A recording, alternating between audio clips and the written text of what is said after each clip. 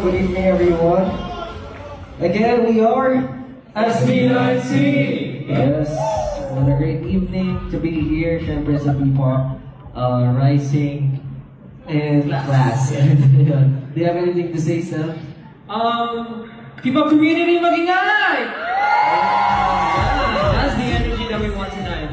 Okay, Mr. Pablo Nase, you want to say something? Sisimulan ko na. Babasahin ko na ito.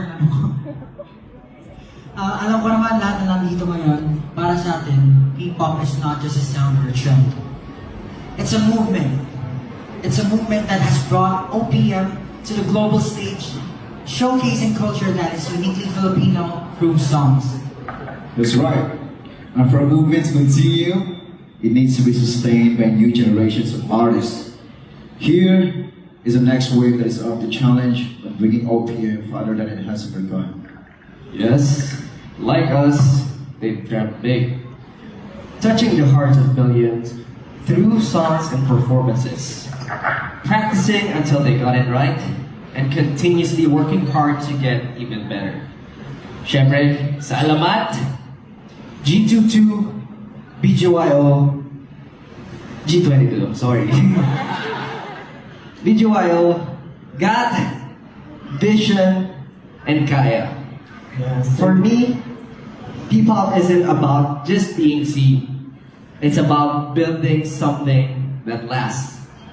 It's a movement rooted in identity, purpose, and pride.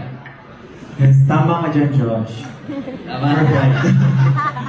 But, you know, each one of them has their own unique sound and identity, but are united in a common goal.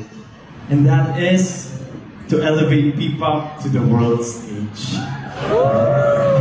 And for us, SB19, we see them as part of the same wave of artists shaping the future of P-pop and enriching the legacy of OPM together.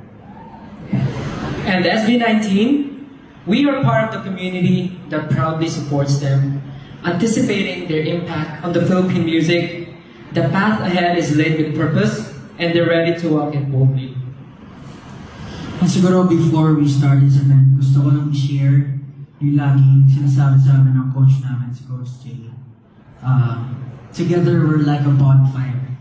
Lahat ng creativity, lahat ng passion, yung pagpupursige natin, nakakagawa tayo ng isang malaking apoy. And through that fire, we're able to inspire people. And we're able to light up the world. So, sabi nga ni Kuya Josh, sabi ng G22, P-pop, papalaban. Nice. Let's have some party. Yeah! Thank you so much, everyone. Enjoy the night. Thank you, guys. Thank you.